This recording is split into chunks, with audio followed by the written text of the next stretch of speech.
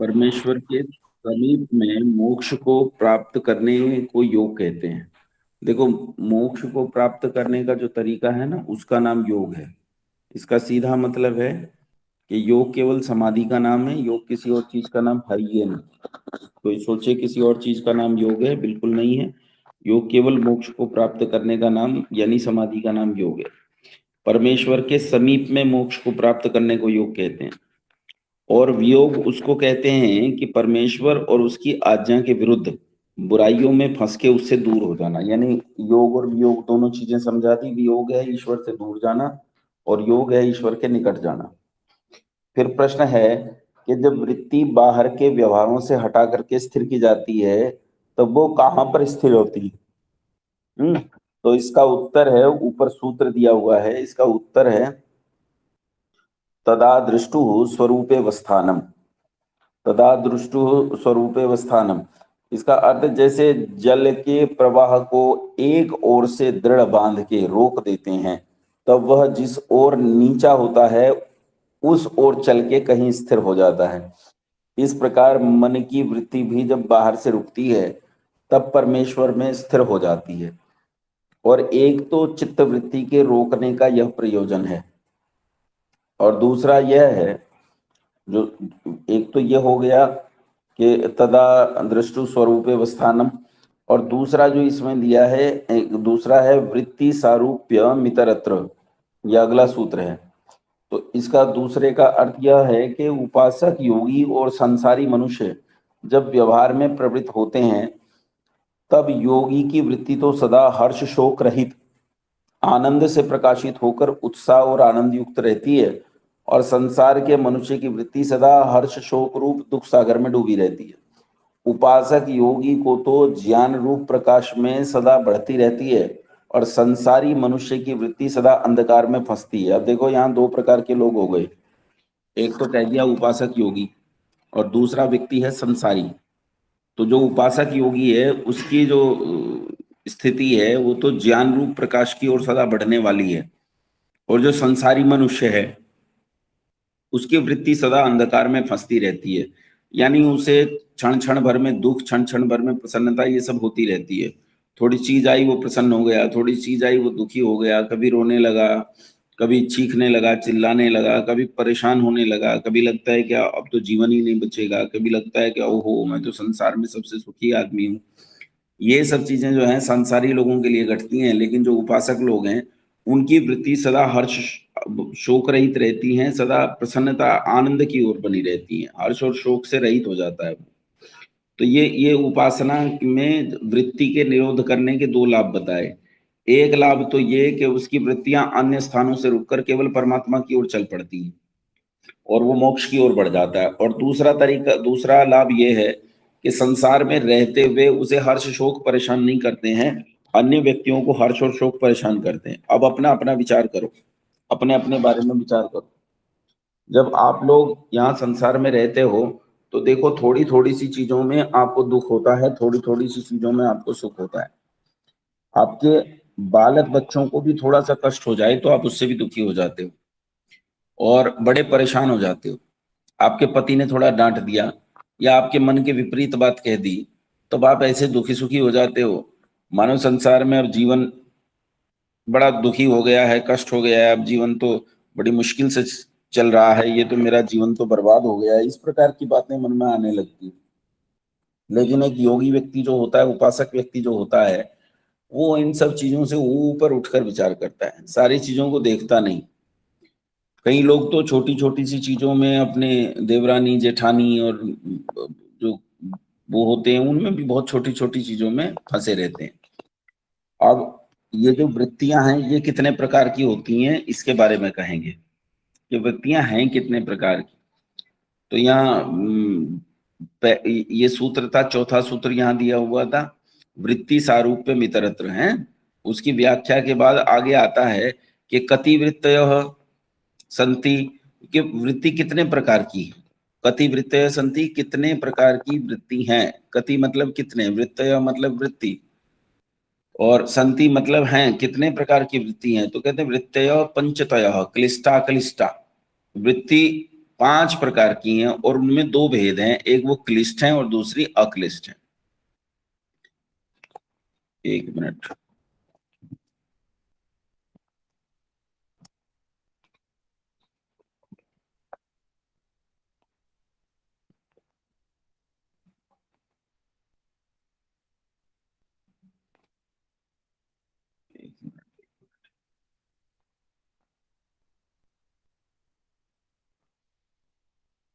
हम्म। तो इसमें कहा था सब जीवों के मन में 5 प्रकार की वृत्ति होती है। उसके 2 भेद हैं, एक क्लिष्ट और दूसरी अक्लिष्ट। अर्थात क्लिष्ट का मतलब है क्लेश सहित और अक्लिष्ट का मतलब है क्लेश रहित। उनमें से जिनकी वृत्ति विषयासक्त परमात्मा की उपासना से विमुख होती है, उनकी वृत्ति अविद्या आदि क्लेश सहित, और जो पूर्वोक्त उपासक हैं उनकी क्लेश रहित होती है। अब ये 5 प्रकार की वृत्ति हैं, है ना। फिर इसमें सूत्र दिया है 5 प्रकार की वृत्तियों का। पिछली बार जो लोग ऋग्वेदादि भाष्य भूमिका की इस कक्षा में थे, मैंने पिछली बार करवाया था ये सारा, तो उनके याद होगा प्रमाण विपर्य विकल्प निंद्रा स्मृतय, 5 प्रकार की वृत्तियां याद करवाई थी मैंने। याद है? याद है कुछ लोगों के? याद है, याद है। है ना। 5 प्रकार की वृत्ति थी। अब ये 5 प्रकार की वृत्ति कौन सी है? पहली प्रमाण है, दूसरी विपर्यय, तीसरी विकल्प, चौथी निंद्रा और पांचवी स्मृति। अब इसे यूं समझिए कि ये जो प्रमाण है ये क्लिष्ट और अक्लिष्ट प्रकार की है। ठीक इसी तरह विपर्यय, विकल्प, निद्रा और स्मृति, इनमें से हर एक वृत्ति 2 प्रकार की है, एक क्लिष्ट और एक अक्लिष्ट, यानी क्लेश सहित और क्लेश रहित। 5 प्रकार की वृत्ति हैं और इनके 2 भेद हो गए तो वृत्ति हो गई 10। मतलब क्लिष्ट प्रमाण, अक्लिष्ट प्रमाण, क्लिष्ट विपर्यय, अक्लिष्ट विपर्यय, क्लिष्ट विकल्प, अक्लिष्ट विकल्प, क्लिष्ट निंद्रा, अक्लिष्ट निंद्रा, क्लिष्ट स्मृति, अक्लिष्ट स्मृति। तो उनके विभाग और लक्षण ये हैं। तो उसके बाद उनके विभाग और लक्षण बताए गए हैं। सारे सूत्र मैंने याद करवाए थे, याद करिएगा, है ना। तत्र प्रत्यक्षानुमानागमः प्रमाणानि, फिर प्रमाण के बारे में बताया कि प्रमाण कौन सी है, प्रमाण वृत्ति के बारे में बताया है। तो प्रमाण वृत्ति क्या, उनके विभाग और लक्षण ये हैं कि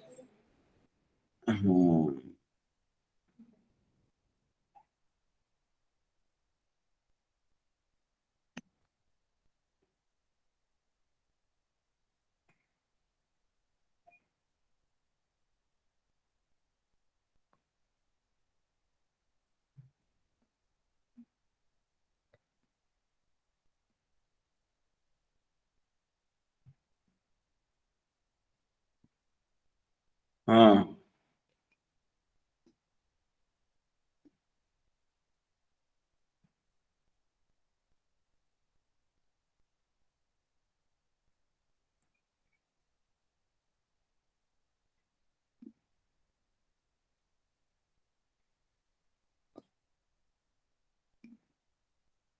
हम्म। पहली पहली जो वृत्ति है वो है प्रमाण वृत्ति, है। दूसरी विपर्य, तीसरी विकल्प, चौथी निंद्रा और पांचवी स्मृति। और फिर मैंने बता दिए भेद इनके 2 हो गए, इस तरह से 5 तो नहीं 10 हो गई है। अब इनमें पहली लेते हैं प्रमाण। प्रमाण वृत्ति कौन सी है? कौन बताएगा मुझे, जिन्हें मैंने पहले पढ़ाया था? प्रमाण वृत्ति कौन सी है? आचार्य जी, एक तो प्रत्यक्ष है, एक अनुमान है और एक आगम है।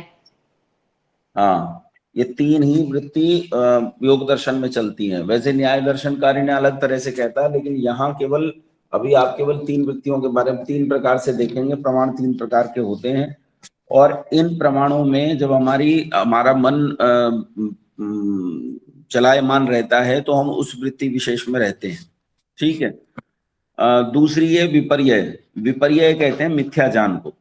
जो मिथ्या ज्ञान होता है उसे विपर्यय कहते हैं। मिथ्या ज्ञान का मतलब है जैसा है वैसा ना जान के कुछ और जानना, अन्य में अन्य की भावना कर लेना, इसका नाम विपर्यय है। अन्य में अन्य की भावना कर लेना, कैसे? उदाहरण दीजिए इसका कोई। जैसे रस्सी में सांप समझ लेना, है ना। सांप को समझना। हाँ, जैसे रस्सी में सांप को समझ लेना, या फिर किसी ऐसी चीज में सुख मान लेना जिसमें सुख नहीं है।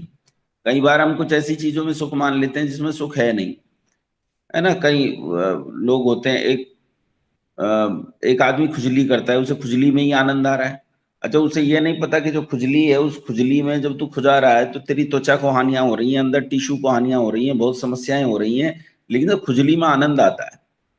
तो ऐसी चीजें जिसमें जैसा है वैसा न दिख के कुछ और ज्ञान हो जाए, मिथ्या ज्ञान हो जाए, अन्य में अन्य की भावना हो जाए, इसको विपर्य कहते हैं। ठीक है। तीसरी विकल्प वृत्ति है। विकल्प वृत्ति ऐसी है कि विकल्प वृत्ति झूठ को कहते हैं। जो झूठ है उसे विकल्प वृत्ति कहते हैं विशेष रूप से। जैसे हमें कोई कुछ बता दे और हम उसे जैसा का तैसा विश्वास कर लें, इसका नाम विकल्प वृत्ति है। जैसे यहाँ ऋषि दयानंद ने लिखा है, जैसे किसी ने किसी से कहा कि एक देश में हमने आदमी के सिर पर सींग देखे। इस बात को सुन के कोई मनुष्य निश्चय कर ले कि ठीक है, सींग वाले मनुष्य भी होते होंगे। ऐसी वृत्ति को विकल्प वृत्ति कहते हैं। सो झूठी बात है, अर्थात जिसका शब्द तो हो परंतु किसी प्रकार का अर्थ किसी को न मिल सके, इसी से इसका नाम विकल्प वृत्ति है। जैसे एक उदाहरण मैं देता हूं कल का ही। मैं जहां कार्यक्रम में हूं, तो कल यहाँ कार्यक्रम में एक उदाहरण दिया गया था एक वक्ता के द्वारा। उन्होंने कहा हमारे यहाँ तो हाथी सबसे बड़ा जानवर होता है, लेकिन दक्षिण अफ्रीका में हाथी से भी बड़ा एक जानवर होता है, और वो इतना बड़ा होता है कि उसका मस्तिष्क 1 घंटा सुप्त होता है, 1 घंटा सुस्त होता है। मतलब उसके शरीर पर अगर कोई भी क्रिया की जाए तो उसका शरीर, उस वहां से सूचना मस्तिष्क को जाना और मस्तिष्क से वापस इंद्रियों तक आना, ये काम होने में 1 घंटा लग जाता है।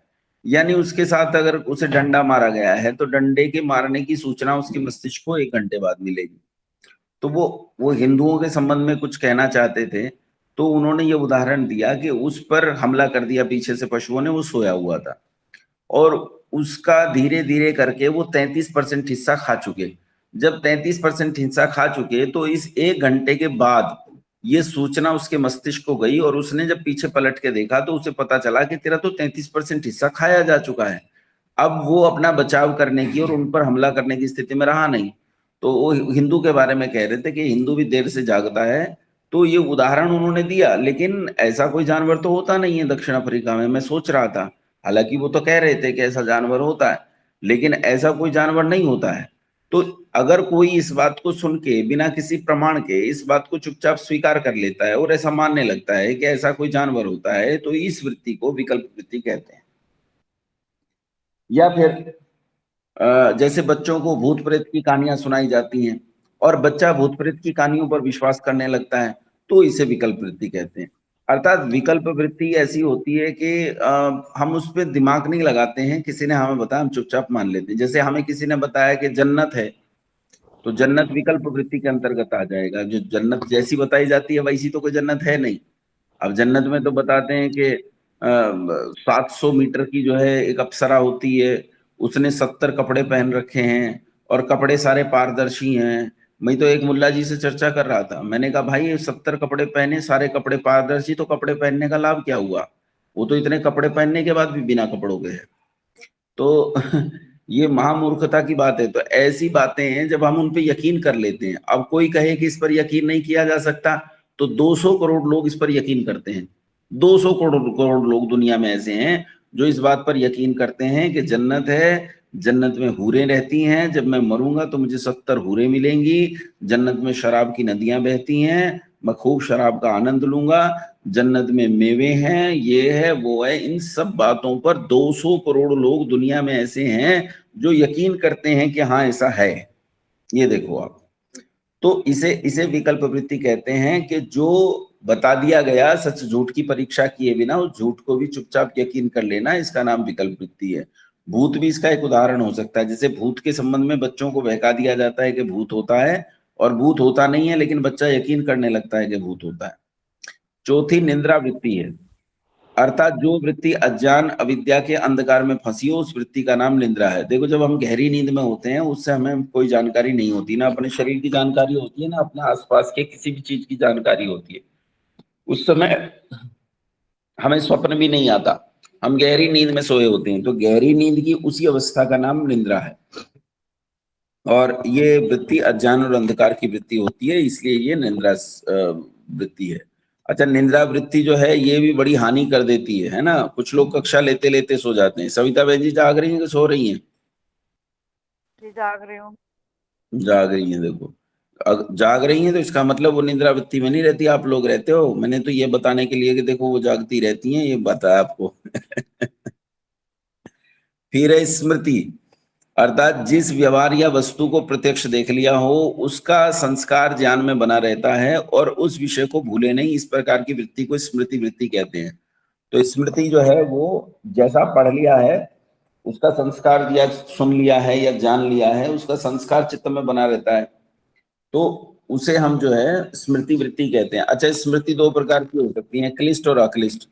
अब ये क्लिष्ट और अक्लिष्ट का उदाहरण कौन देगा? अर्चना बहन जी आप दो। हाँ, जो ईश्वर विषय में हमने कुछ प्रवचन सुना तो उसकी स्मृति हमारे अंदर बनी हुई है, तो वो अक्लिष्ट हो गई। और हमारा कोई दुखद अनुभव है, मतलब सांसारिक अनुभव है, क्योंकि जैसे किसी ने मुझे अपशब्द बोला तो वो क्लिष्ट हो गई। माँ मर गई, पिता मर गए, है ना, और हमारा झगड़ा हुआ था, तो वो अगर स्मृति में बना रहे, इसने मेरे साथ धोखा किया था, ये स्मृति में बना रहता तो ये क्लिष्ट है। और कोई अच्छी चीज है, मैंने कहीं प्रवचन जो स्वामी विवेकानंद जी को सुना है, मैंने आचार्य सत्यजीत जी को सुना है, मैंने ऋषि दयानंद को पढ़ा है, और वो जो पढ़ा हुआ मैंने जो पढ़ा है वो पढ़ा हुआ मेरे मन मस्तिष्क में रह गया है और उसके अनुसार मैं कार्य कर रहा हूं, तो ये अक्लिष्ट वृत्ति हो जाएगी उसी की। ठीक है, तो ये 5 प्रकार की वृत्तियां हैं। तो कहा इन 5 वृत्तियों को बुरे कामों और अनीश्वर के ध्यान से हटाने का उपाय कहते हैं कि कैसे उपाय करना है। तो इनका उपाय कहने के लिए ऋषि पतंजलि सूत्र देते हैं, इसके बाद सूत्र देते हैं अभ्यास वैराग्याभ्याम तन्निरोध। अभ्यास वैराग्याभ्याम सबको मिल गया ना? अब तो मेरे ख्याल से मिल गया होगा अब सबको, जिनके पास एक में दादी भाषा भूमिका है। नहीं तो वस्तु शब्द ज्ञानानुपाती आएगा ना इसके बाद? हाँ वो भी आएगा, वो तो वृत्ति में बता दिया ना, जो वृत्तियां थी उसमें विकल्प वृत्ति में आ गया। देखो ये 5 प्रकार की वृत्ति बताई थी, 5 प्रकार की वृत्तियों में पहला जो सूत्र है वो दिया तत्र प्रत्यक्षानुमानागमा प्रमाणानि। प्रमाण जो है 3 प्रकार के हैं, प्रत्यक्ष है, अनुमान है और आगम है। छठा सूत्र ये एक वृत्ति प्रमाण के लिए आया। उससे अगला सूत्र 7वां सूत्र विपर्य वृत्ति के लिए आया, विपर्यो मिथ्या जान मद्रूप प्रतिष्ठम। ठीक है, 8वां सूत्र जो है वो विकल्प वृत्ति के लिए आया, शब्द जानानुपाति वस्तु शून्यो विकल्प। ठीक है, 9वां जो सूत्र आया वो निद्रा वृत्ति के लिए आया, अभाव प्रत्ययालंबना वृत्ति निद्रा। ठीक है, 10वां सूत्र स्मृति के लिए आया, अनुभूत विषया संप्रमोश स्मृति ही। ठीक है, अब 11वां सूत्र आया है पतंजलि का। ठीक है, अभ्यास वैराग्याभ्याम तन्निरोध। समझ में आया? जी ठीक है, ठीक।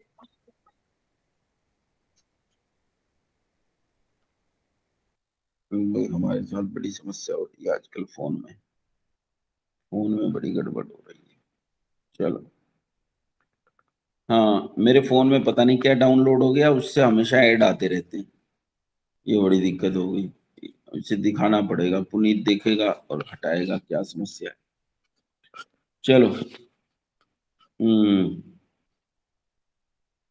वृत्तियां सारी हो गई। अब इन वृत्तियों को रोक के रखने का अभ्यास करना है, कैसे करना है?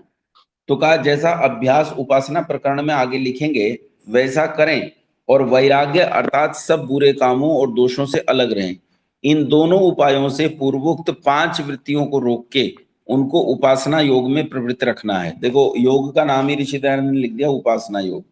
तथा उस समाधि के योग होने का यह भी साधन है कि ईश्वर में विशेष भक्ति होने से मन का समाधान होके मनुष्य समाधि योग को शीघ्रता को प्राप्त हो जाता है। अब इसमें एक चीज आप अच्छे से समझ लो, मैं यहाँ एक चीज आपको समझाना चाहता हूँ कि योग जो है वो उपासना योग है, समाधि योग है। आजकल व्यायाम का नाम योग हो गया है, और आजकल नहीं, ये लंबे समय से हो गया है। इसमें सबसे बड़ा योगदान जो है वो सबसे पहला योगदान, सबसे बड़ा तो नहीं कह सकते, लेकिन सबसे पहला योगदान आर्यवीर दल का है। आर्यवीर दल ने ये उल्टासन पलटासन, लाठी डंडा चलाना और आंख से सरिये मोड़ देना, गर्दन से सरिये मोड़ देना, ये जो अद्भुत से छाती के ऊपर से जीप उतार लेना, ये नन्हे नन्हे बालकों ने करके दिखाया तो लोगों ने दांतों तले उंगली दबा ली कि अरे बाप रे ये कैसे कर रहे हैं। तो वो सामान्य व्यायाम है, थोड़ा अभ्यास किया जाता है तो कठोरता आ जाती है उस व्यायाम को करने में, और लोग उससे आश्चर्यचकित हो जाते हैं। इससे लोगों में उसे देखकर उसके प्रति कौतूहल पैदा हुआ और आर्यवीर दल ने उसे योग कहा। अब ये प्रचारित हो गया कि योग तो इसका नाम है, ये जो कठोर व्यायाम किया जाता है इसका नाम योग है। उसके बाद अस्तित्व में आए स्वामी रामदेव जी। स्वामी रामदेव जी ने लोगों की बीमारियों को ठीक किया। उन्होंने व्यायाम आदि से जो शरीर में विकार थे लोगों के, उन्हें सुख हुआ। उन्हें बहुत जो परेशानियां थी, वो लोग उन परेशानियों से छूटे, बड़ा लाभ हुआ उन्हें। लेकिन वो लगातार इसी व्यायाम को योग कहते रहे और उसका परिणाम ये निकला कि उसके साथ साथ में जो आरएसएस था, जिन्हें पता ही नहीं है कि योग क्या होता है और योग किस चिड़िया का नाम है, उन्हें तो जैसा पता लगा, जैसे अभी अभी हमने वृत्ति पढ़ी थी ना, कौन सी वृत्ति पढ़ी थी बताओ, कौन सी वृत्ति थी जिसमें कुछ बताया जाए और वैसा ही मान लिया जाए? कौन सी वृत्ति में आएगा? विपर्य, विकल्प। हाँ, विकल्प वृत्ति में। विकल्प वृत्ति मतलब जैसा हमें किसी ने बताया, हमने चुपचाप यकीन कर लिया उसको बिना सोचे। तो उन्हें बता दे, उन बेचारों को पता चला कि अच्छा योग ये है, सरकार उनकी थी, उन्होंने फट से 21 जून को जो है योग दिवस घोषित कर दिया और योग दिवस पे उल्टासन पलटासन करते रहते हैं और उस उल्टासन पलटासन को वो योग मान बैठे हैं। तो ये जो योग स्थापित हो गया, ये कैसे स्थापित हो गया है? जैसे ईश्वर के स्थान पर मूर्ति पूजा स्थापित हो गई है और आज लोगों को ये समझाना बहुत मुश्किल हो गया है कि ये ईश्वर नहीं है। ईश्वर तो सर्वव्यापक है इस मूर्ति में भी, लेकिन ईश्वर चेतन है, जड़ नहीं है। और उसके चैतन्य को जड़ता के मुकाबले स्थापित करना ही हमारे लिए बहुत बड़ी चुनौती बन गया है। इसी तरह आज के काल में तो उतना नहीं है, फिर भी कुछ लोग जानने वाले हैं। एक समय ऐसा आ जाएगा जब लोग, वास्तविक योग को जानने वाले लोग नष्ट हो जाएंगे, केवल इसी उल्टासन पलटासन को लोग योग मानेंगे। उस समय यदि कोई एक विद्वान आकर लोगों को ये कहेगा कि ये योग नहीं है, तो लोग उसे 17 बार जहर देकर मारने का प्रयास करेंगे।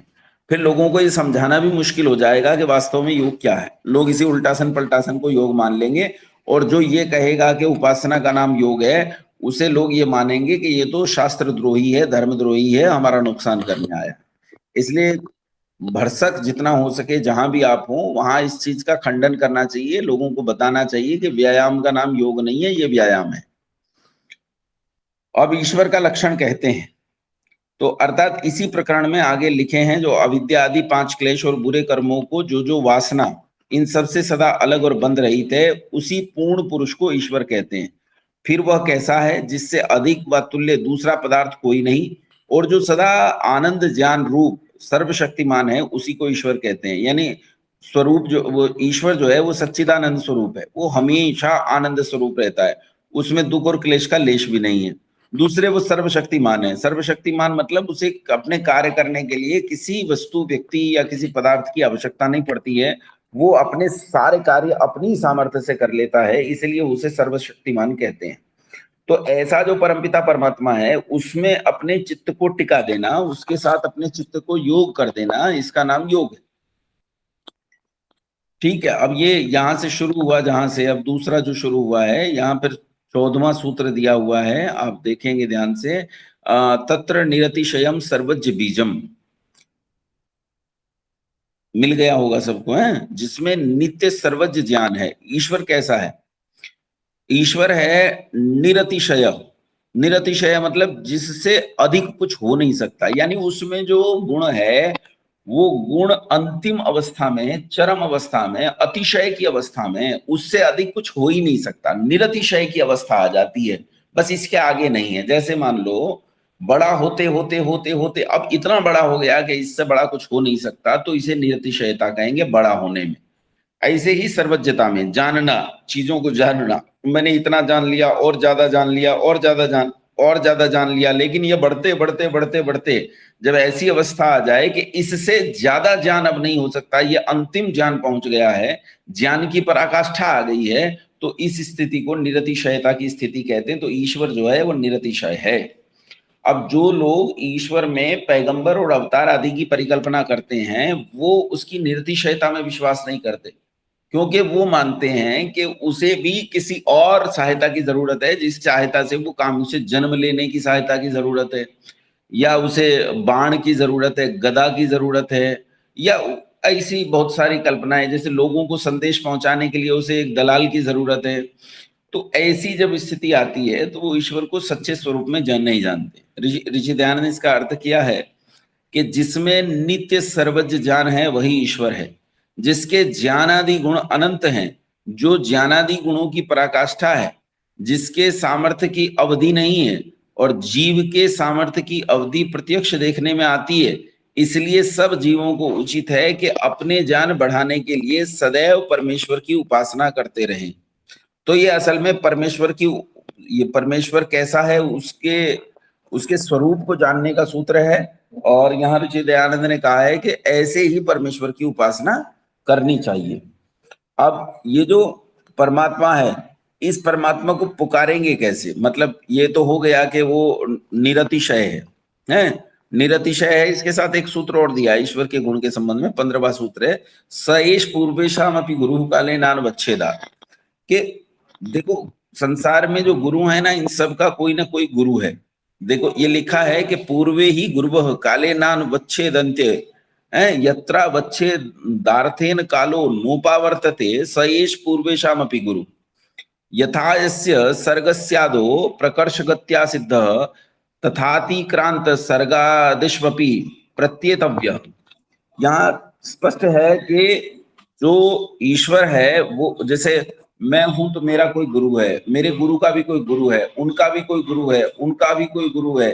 तो ऐसे हम सृष्टि के आदि काल तक चले जाएं तो हम सबका का कोई ना कोई गुरु रहा। और मनुष्यों में देखें तो सबके गुरु जो हैं मनुष्यों में अग्नि, वायु और आदित्य अंगिरा हैं, क्योंकि ज्ञान वहीं से प्रवाहित हुआ। अब ये जो अग्नि, वायु, आदित्य और अंगिरा हैं, इनसे पहले गुरु कौन है? इन्हें किसने शिक्षा दी? तो इन्हें शिक्षा दी परमपिता परमात्मा ने। तो संसार में गुरु अगर कोई है तो वो परमपिता परमात्मा है, और उससे बड़ा गुरु कोई है नहीं। ये भी ईश्वर का एक गुण है। अच्छा, सबसे बड़ा गुरु होने का एक मतलब ये भी है कि जो कुछ आप सीखते सिखाते हैं, चाहे किसी गुरु के माध्यम से सीखें, वो सब उसी से रहा है, उसका अंतिम स्रोत वही है। जैसे गंगा की जल धाराएं हैं, हरिद्वार में गंगा है, रुड़की में गंगा है, हमारे यहाँ मुजफ्फरनगर से गंगा निकल के जाती है, और हम देखते हैं तो बंगाल की घाटी तक बहुत सारे क्षेत्रों में गंगा है, और गंगा की कई धाराएं तो पैरेलल बहती हैं। एक बिजनौर में बह रही है, एक इधर मुजफ्फरनगर में बह रही है, एक कहीं और बह रही है। पैरेलल धाराएं भी गंगा की बहती हैं, बहुत भयंकर होती है गंगा, उसका जल प्रवाह भी बहुत भयंकर होता है। लेकिन इसके ये जल प्रवाह कहां से रहा है? इसके पीछे पीछे चलते जाओ, पीछे चलते जाओ, पीछे जाओ तो यहां से पीछे जाओगे आप हापुड़ से पीछे जाओगे तो बिजनौर आएगा, बिजनौर से पीछे जाओगे तो रुड़की आएगा, रुड़की के पीछे हरिद्वार आएगा, हरिद्वार के पीछे ऋषिकेश आएगा, ऋषिकेश के पीछे और पीछे चले जाओ तो बद्रीनाथ आएगा, और वहां गोमुख आएगा जहां से गंगा निकल रही है। तो ऐसे ही ज्ञान का जो अंतिम स्रोत है वो परमपिता परमात्मा है। इसी बात को ये सूत्र कहता है, स एष पूर्वेशाम अपि गुरु काले नाम वच्छेदा। अब इस परमात्मा को हम पुकारेंगे कैसे? तो कहा तस्य वाचकः प्रणवः।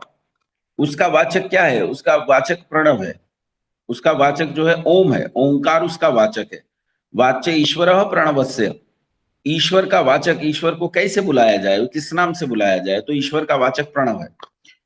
देखो हम कहते तो हैं, लेकिन कह के भी मान ले ये बहुत बड़ी बात है। मुंह से कहते रहते हैं और तब भी मानते नहीं। एक कहानी सुनो, आपने सुनी है ये कहानी कई बार, कि एक शिकारी जो है जंगल में जाता था और तोते वहां बहुत सारे थे। उन तोतों को दाना डाल के जाल फैला के, तोते जब उस दाने को चुगने के लिए जाल पर बैठते थे तो वो जाल की रस्सी खींच देता था, वो सब पकड़े जाते थे और जाल लेकर चला जाता था। तो एक दिन एक समझदार व्यक्ति ने, आप जैसे किसी दयालु व्यक्ति ने देखा, उसने सोचा कि भाई ये तो बड़ा अन्याय हो रहा है, इन तोतों को मैं अगर सिखा दूं कि ये जाल में फंसना नहीं है तो फिर ये तोते आगे से जाल में कभी फंसेंगे नहीं। तो उसने तोतों को सिखा दिया कि शिकारी आएगा, जाल फेंकेगा, दाना डालेगा, हमें जाल में नहीं फंसना। तोतों ने ये बात रट ली और वो इसे लगातार कहने लगे, शिकारी आएगा, दाना फेंकेगा, जाल डालेगा, हमें जाल में नहीं फंसना। शिकारी आएगा, दाना फेंकेगा, जाल फैलाएगा, हमें जाल में नहीं फंसना। अब व्यक्ति निश्चिंत हो गया कि देखो मेरा कार्य सार्थक हो गया, ये लगातार इसका जप कर रहे हैं, लगातार इसे बोल रहे हैं, अब ये जाल में नहीं फंसेंगे। शिकारी आया, उसने भी ये बात सुनी। जब तोतों को ये कहते हुए सुना तो शिकारी तो सोचा भाई अब तो ये मेरे जाल में नहीं फंसेंगे, लेकिन शिकारी ने सोचा मेरा जो कर्तव्य कर्म है मैं उसे करूं, इनका जो है वो ये करेंगे। और शिकारी ने अपना जाल फैला दिया। तोते गा रहे थे जिस समय शिकारी वहां आया कि शिकारी आएगा, दाना फेंकेगा, जाल फैलाएगा, हमें जाल में नहीं फंसना। उसने जाल फैला दिया, तब भी तोते यही गा रहे थे। उसके बाद उसने दाना डाला, तब भी तोते यही कह रहे थे। और फिर तोते यही कहते कहते उस जाल पर जाकर बैठ गए। वो दाना खाते जाते और कहते जाते, शिकारी आएगा, जाल फेंकेगा, दाना डालेगा, हमें जाल में नहीं फंसना। उसके बाद शिकारी ने रस्सी खींची, सारे तोते पकड़े गए और पकड़कर वो उन्हें कंधे पर रखकर चल दिया। और बंधे हुए तोते कहते जा रहे थे, शिकारी आएगा, जाल फेंकेगा, दाना डालेगा, हमें जाल में नहीं फंसना। तो इसे कहते हैं तोता रटंत। तुम तोता रटंत बहुत करते हैं, लेकिन ईश्वर का नाम ओम है इस बात को मानते नहीं। एक प्रार्थना आपने सुनी होगी, उस प्रार्थना में गाते हैं, ओम जय जगदीश हरे, स्वामी जय जगदीश हरे, भक्त जनों के संकट क्षण में दूर करें। और इसी में एक पंक्ति आती है, कहते तुम हो एक अगोचर सबके प्राणपति, कि परमात्मा तुम तो अगोचर हो। अगोचर मतलब जिसे इंद्रियां प्राप्त नहीं कर सकती। देखो सामने बैठ के मूर्ति रखी है, उसे ईश्वर मान रहा है, उसे धूप दीप बत्ती नैवेद्य दे रहा है, उसे भोजन दे रहा है, कह रहा पुष्पम समर्पयामी, पत्रम समर्पयामी, फलम समर्पयामी, कांडम समर्पयामी, यज्जोपवीतम समर्पयामी, उसे समर्पण कर रहा है। और खुद कह रहा है तुम हो एक अगोचर, तुम्हें मैं इंद्रियों से जान नहीं सकता, लेकिन इंद्रियों से ही वहां सारे काम कर रहा है। ये समस्या है। और कहता है कि ब्रह्मा विष्णु सदाशिव जानत अविवेका, कि जो तुझे ब्रह्मा विष्णु और सदाशिव के रूप में जानता है वो तो अविवेकी यानी पागल है। और कहता है कि प्रणवाक्षर के मध्य ये तीनों एका, कि तेरा तो एक नाम प्रणव ही है, ओम ही तेरा नाम है, ओम के सिवाय तेरा दूसरा कोई नाम नहीं है। लेकिन तब भी नहीं मानता है, खुद ही कह रहा है, खुद ही नहीं मानता है। तो मान लेना इतना भी सरल नहीं है जितना हम सोच लेते हैं। तो इसलिए ये अच्छी चीज, जान लेना मान लेना दोनों बातों में भेद है। कई बार व्यक्ति मान के भी नहीं जानता। जैसे हमारे जो बंधु होते हैं, हमारे जो माता पिता हैं, ये जो पौराणिक बंधु हैं, यदि आप इनके साथ बैठ के बात करो ना, तो ये थोड़ी देर में आपके तर्कों के सामने सरेंडर कर देंगे और थोड़ी देर में आपको ये कहने लगेंगे कि जी ईश्वर तो निराकारी है, आप सही कह रहे हो, लेकिन ध्यान टिकाने के लिए मूर्ति की आवश्यकता होती है, ध्यान टिकाने के लिए किसी न किसी चीज की जरूरत होती है। इतनी जल्दी मान लेता है वो ईश्वर निराकार है कि मुझे नहीं लगता 5 मिनट भी उसे लगेंगे, या 5 मिनट तर्क करते हैं वो सरेंडर कर जाता है। लेकिन तब भी जबकि वो जान रहा है कि ईश्वर निराकार है, तब भी मान नहीं रहा है कि ईश्वर निराकार है, मानता नहीं। तो ये अक्लिष्ट वृत्ति हो गई। इस वृत्ति को हम अक्लिष्ट वृत्ति कहेंगे। स्मृति वृत्ति है, पीछे से जो स्मृति मन में बैठी हुई है, और वो दुखकारी है। अब अगर इसी के संबंध में सच्चा ज्ञान हो जाए तो ये विपर्यय का अक्लिष्ट पक्ष आ जाएगा। लेकिन जब ये रहती है, बनी रहती है दृढ़ता से, और हमें गलत चीज, मिथ्या में मिथ्या, किसी और चीज में किसी और चीज का आभास होता है, तब ये विपर्यय की क्लिष्ट अवस्था हो जाती है। और ये वृत्तियां आपको दुखी करती हैं। इन वृत्तियों का निरोध करना ही योग का नाम है। तो मैंने केवल यहां तक पढ़ा है, यहां तक तस्य वाचकः प्रणवः, क्योंकि आपको सूत्र याद करने हैं इसलिए मैं यहाँ छोड़ रहा हूं। तो इनमें से पिछली बार तो हमने कहा था 3-3 सूत्र याद करने हैं, लेकिन अब की बार आप 5-5 सूत्र याद करो, ज्यादा समय नहीं लगेगा। तो आपको शुरू करना है, पहला सूत्र दिया है 1 2 3 4 5 के क्रम में दिए हैं। अच्छा, इनका इनकी अलग से सूत्र भी होंगे, ये सूत्र भी अलग से डाले हैं ना हेमा? जी डाल रखा है, डाल रखे हैं। योगस् चित्त वृत्ति निरोधः पहला सूत्र है। दूसरा है तदा दृष्टु स्वरूप अवस्थानम। तो एक बार मेरे साथ बोलो, है ना, एक बार मेरे साथ बोलो, अपना माइक बंद रखना और मेरे साथ एक बार इन शब्दों को बोल लो ताकि तुम्हें याद करने में दिक्कत ना आए। और कल मुझे 5 सूत्र याद करके सुनाएंगे आप लोग। जहां तक मैंने पढ़ाया वहां तक नहीं सुनाना है, लेकिन 5 सूत्र आपको याद करके मुझे सुनाने हैं। पहला सूत्र, माइक बंद रखेंगे और मेरे बोलने के बाद इस सूत्र को बोलेंगे। सुनिए ध्यान से। योगश्चित्त वृत्ति निरोधः। हाँ, बोलना है सबको, इसलिए मैंने बीच में गैप लिया है। दोबारा सुनिए इसे। योगश्चित्त वृत्ति निरोधः। हाँ, अब दूसरा सूत्र, तदा द्रष्टुः स्वरूपे वस्थानम। हाँ, आप में से कुछ लोग ये जो स्वरूपे वस्थानम है ना, इसमें जो एस जैसा है, ये पूर्व रूप आकार है। इस आकार को लोग बोलते हैं, ऐसे पढ़ेंगे स्वरूपे अवस्थानम। तो यहाँ अकार का लोप हो गया है, तो अकार का लोप हो जाने से इसे पढ़ा नहीं जाएगा, तो वस्थानम पढ़ेंगे, अवस्थानम नहीं पढ़ेंगे। तदा द्रष्टुः स्वरूपे वस्थानम पढ़ा होगा आपने, उम्मीद कर रहा हूं, है। तदा द्रष्टुः स्वरूपे वस्थानम। तीसरा है वृत्ति सारूप्य मितरत्र। हाँ, एक बार और बोलिए, वृत्ति सारूप्य मितरत्र। ठीक है। अब पांचवा, वो चौथा है, वृत्तयः पंचतयः क्लिष्टा क्लिष्टाः। हाँ, अब इसमें पहले जो क्लिष्टा, ये शब्द है क्लिष्टा अक्लिष्टाः, तो अकार जो है पहले क्लिष्ट के साथ जुड़ गया, तो वो क्लिष्ट से क्लिष्टा हो गया, अकार वहां जुड़ गया, तो ये क्लिष्ट और अक्लिष्ट को बता रहा है। तो वृत्तयः पंचतयः क्लिष्टा क्लिष्टाः। हाँ, बोल लिया होगा आपने। पांचवा, प्रमाण विपर्यय विकल्प निद्रा स्मृतयः। ठीक है। अब ये 5 सूत्र आपको याद करके लाने हैं। इनमें से किसी सूत्र को बोलने में किसी को दिक्कत हो तो मुझसे पूछ लो अभी। आचार्य जी एक बार पढ़ के बताऊं? आपने बता ना दो। भेज रखी है, ऑडियो भी भेज रखी है, मैं वो भी सेंड कर दूंगी, कोई दिक्कत नहीं है। तोड़ के अच्छा, भी आपने ऑडियो भी बता भेज के रखी है। जी जी, मैं भेज चलो, दूंगी। रोशनी बहन जी पढ़ो, एक बार पढ़ो, ठीक रहेगा ये भी।